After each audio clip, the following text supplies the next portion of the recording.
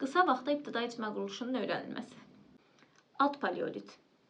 Quruçay mədəniyyəti, Azıq mağarası, bacarıqlı insanın meydana gəlməsi, ulu icmanın meydana gəlməsi və təbii otdan istifadə edilməsi, bir də mənimsəmə təsərrüfatı, hansı ki, yığıcılıq və ovçuluq daxildir. Orta paleolit dövrü. Mustiye mədəniyyəti adlanır. Yeni insan tipi olan Neandertal insan meydana gəlib, süni otdan istifadə edilib və bir də axirət dünyasına inam meydana gəlib. Üst paleolit. Yeni insan tipi olan ağıllı insanın yaranması, səsli nitqin yaranması və qəbilə icmasına keçidin əsasının qoyulması, ana xaqanlığının meydana gəlməsi. Mezolit dövrü.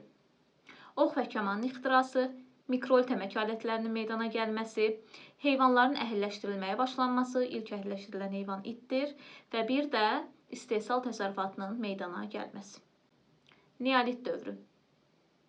Dulusçuluq, dəri işləmə sahələrinin meydana gəlməsi, neolit inqilabının baş verməsi, insanların oturaq həyata keçid etməsi və bir də toxa əkinçiliyinin yaranması.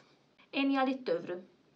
İnsanların ilk dəfə metalla tanış olması, ilk tanış olduqları metal misdir, daş alətlərinin üstünlüyü təşkil etməsi, ölülərin üzərinə oxra səpilməsi, dini mərasimlərin həyata keçirilməsi, ölülərin evlərin içərisində, yaşayış məskənlərinin ortalarında, aralarında dəfn olunması və toxa əkinçiliyinin inkişafı və ovçuluq, balıqçılıq kimi sahələrin ikinci sahəyə çevrilməsi və sənətkarlığın inkişafı. Erkən tunc dövrü.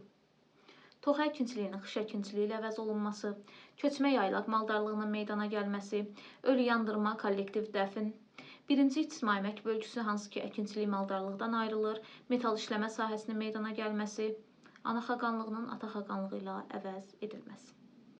Orta tunc dövrü. İkinci ictimai əmək bölgüsünün baş verməsi, sənətkarlığın müstəqil sahəyə çevrilməsi deməkdir. İlkin şəhər mərkəzlərinin meydana gəlməsi, tayfa ittifaqlarının meydana gəlməsi, əlavə olaraq üzümçülük, şərabçılıq, bağçılıq, bostançılıq kimi sahələrin meydana gəlməsi. Son tunc erkən dəmir dövrü. Atdan və dəvədən minik qoşqu vasitəsi kimi istifadə edilməsi, ata sitayişin meydana gəlməsi, tayfa başçılarının ilahiləşdirilməsi, kurqanlar, siklopik tikililər, əlavə olaraq 3-cü ictimai əmək bölgüsünün baş verməsi, hansı ki, bilirik, sənətkar tacir qruplarının meydana gəlməsi qədər.